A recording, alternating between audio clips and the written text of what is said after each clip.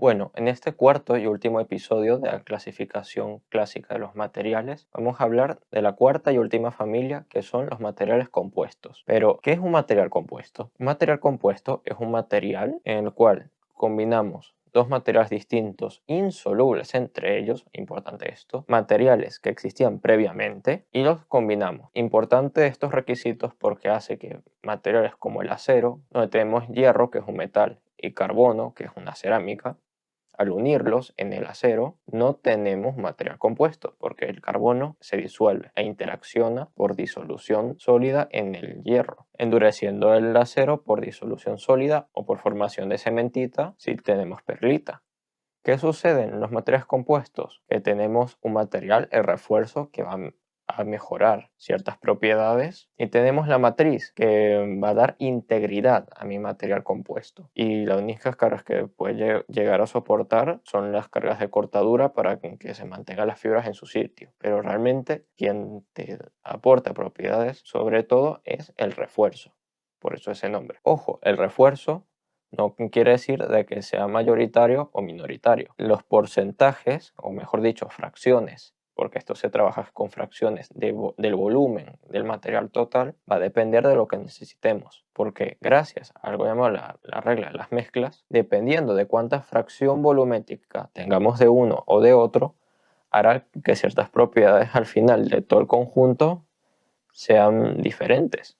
Esto es bastante útil porque nos permite que materiales que a priori podrían ser muy frágiles, como la fibra de carbono, por ejemplo, que es un cerámico, sí, son un montón de fibras de enlaces carbono-carbono orientados, pero son cerámicos, son muy frágiles, pero no se parte al hacerla así. ¿Por qué? A pesar que son fibras tan frágiles y delgaditas, porque están en una matriz epoxílica, la cual le da cohesión y hace que las cargas se distribuyan y no termina cargando solo las fibras a las que impacto directamente, sino en todo el material. Hay una sinergia. Esto quiere decir que las propiedades que tendrían dos materiales por separado, su suma aritmética es menor que la de la unión en el material compuesto. Ese comportamiento sinérgico es algo que se busca mucho en materiales compuestos y es una de las cosas por las cuales salen a relucir a pesar de ser más caros que materiales de las otras familias en muchos casos, porque a la larga compensa o directamente tienen propiedades nuevas que no tienen los materiales anteriores. Por ejemplo, las palas de algunos helicópteros aprovechan que las fibras de carbono pueden sufrir de pandeo y al sentir la fuerza centrífuga y ser traccionadas por ella, al doblarse se juega con un cálculo para que se distribuyan las fibras de cierta forma en la matriz de ese material compuesto de cada pala, para que al sufrir tanto de fuerza centrífuga cambie el ángulo de ataque, ¿sí?, al doblarse ella sola sin necesidad de un rotor que la esté equilibrando tanto, y eso puede terminar saliendo incluso más barato, a pesar de que las fibras de carbono no son baratas. Los materiales compuestos pueden tener refuerzos fibrilares, fibra de carbono, fibra de boro, monofilamentos de boro, fibras de wolframio, partículas, como pueden ser partículas de carburo de silicio en una matriz de aluminio, o también algo que está entre medias, como lo es también los whiskas, que son nanocristales que se colocan en los materiales y que pueden tener módulos elásticos altísimos. Con estos no se trabajan tanto porque, por lo menos en algunos casos como las de carbono, son cancerígenas y los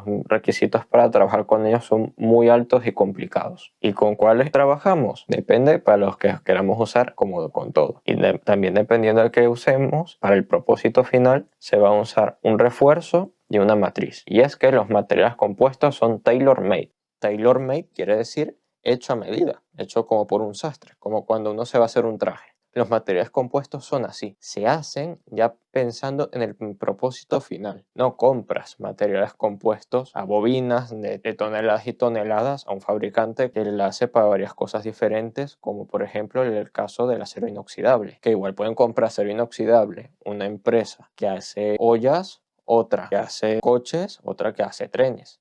Pero no puedo comprar bobinas de metros y metros y metros de fibras de carbono ya con su resina, o de fibras de aluminio en una matriz metálica. No, te compras tu fibra, tu refuerzo, tus partículas, tu material matriz y lo diseñas tú a medida para tu uso final. Esto hace en parte que se encarezca, pero permítete un control total de dónde tiene que estar qué, según las solicitaciones a las que va a ser empleado en servicio el material. Y esto es muy grande, porque nos permite tener materiales con una optimización ya pensada en cómo van a estar funcionando por completo, lo cual nos da unos rendimientos excepcionales. Por eso se comenzaron a desarrollar más estos materiales en el sector de los deportes, donde se podía pagar mucho dinero con tal de llegar al objetivo. Aunque luego se han visto, además de coches de alta gama, también se han comenzado a ver materiales compuestos en cosas más mundanas del día a día, como pueden ser encimeras, muebles con fibra de vidrio y resina de poliéster, en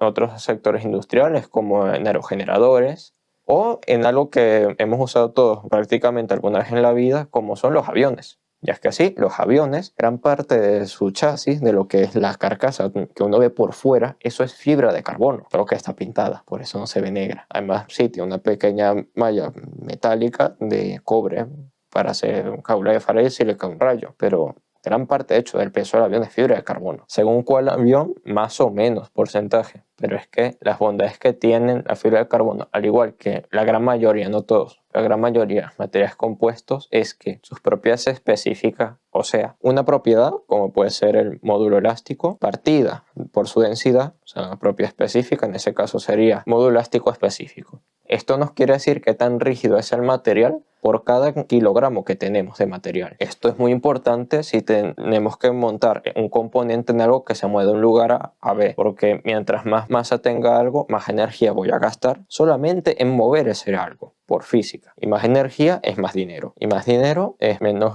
rendimiento que tiene la operación que se está llevando a cabo. Sea mover pasajeros de Madrid a Barcelona o simplemente que un tractor esté moviendo tanto de carga de un punto A a un punto B. O que uno encienda el coche y conduciendo gaste tanto gasolina de ir de Toledo a Madrid. Gastas más haciendo el mismo trayecto a las mismas velocidades si te pesa más, si tiene que mover más. Estos materiales compuestos, la gran mayoría, tienen unas relaciones de propiedades específicas muy buenas al lado de materiales que no son compuestos. Por eso, a pesar de ser caros, la gran mayoría, no todos, pero caros al lado de sus competidores de las otras familias de materiales, terminan siendo más beneficiosos, como el caso de la aviación, donde el coste por combustible, todo lo que es ahorrarlo, es vital. Aparte de que tiene otras bonanzas en seguridad, y es que según cómo los diseñamos, podemos predecir cómo van a fallar y además son menos susceptibles a fallar de otras maneras que materiales tradicionales bajo esas circunstancias sí lo harían, como el caso de los aviones hechos de material compuesto en lugar de aluminio, el cual, a diferencia de fibra de carbono, sufría corrosión, lo cual en algo que se despresuriza,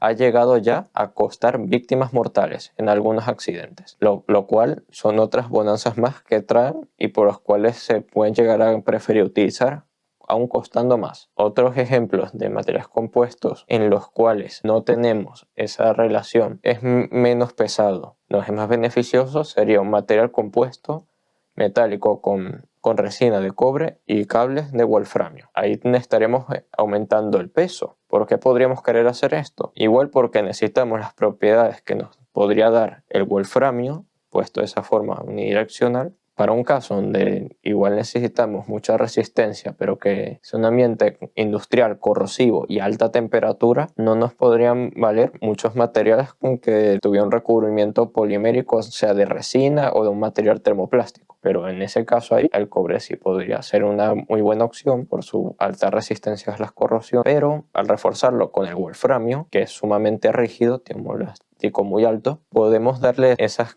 cualidades que no tendría antes. Y todo esto sin sacrificar el ambiente en el trabajo, sin tener que hacer modificaciones absurdas, con protecciones que igual a la larga tendrían que ser más caras en reponer. Y es que todo lo que es prevenir que un material falla en servicio también son otras bondades que adquirimos, aunque igual nos cueste más. Por todo ello, que además luego con cálculos como con Weibull podemos hacernos una estimación de cuánto de nuestra fibra va a tener un defecto crítico, o al ponerlas a traccionar, ver que en todas partes de cierta forma, como por ejemplo esta que probé en laboratorio, que era una fibra de carbono a 90 y a 0 grados de orientación con respecto a las cargas, que estaré poniendo aquí, se puede ver que falló muy cerca de la zona donde la apretaba la mordaza.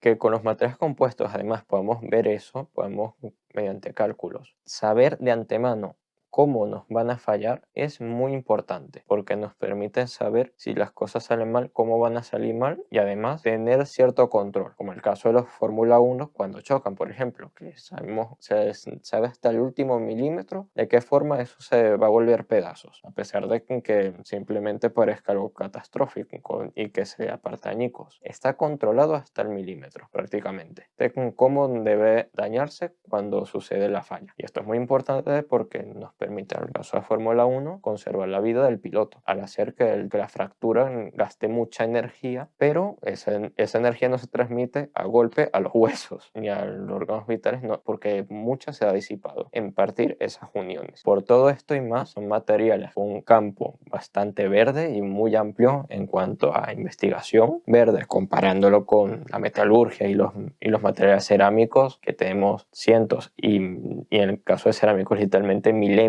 de conocimiento por detrás, lo cual no quita de que en esos materiales todavía sigamos innovando mucho más. Pero en estos apenas ya hemos acariciado la punta del iceberg y nos queda mucho más por ver. Y bueno, de esta serie de la clasificación de los materiales clásica ya es el último episodio. Muchas gracias por ver y voy a subir más contenido sobre curiosidades de materiales en el día a día, en la cultura, cosas que nos han mejorado gracias a ciencia de materiales y a ingeniería de materiales nuestra calidad de vida, y también videos profundizando en algunos materiales específicos y las bondades que ha tenido investigarlos y lo que nos han dado y cómo nos han marcado incluso de hecho como especie. Gracias y hasta luego.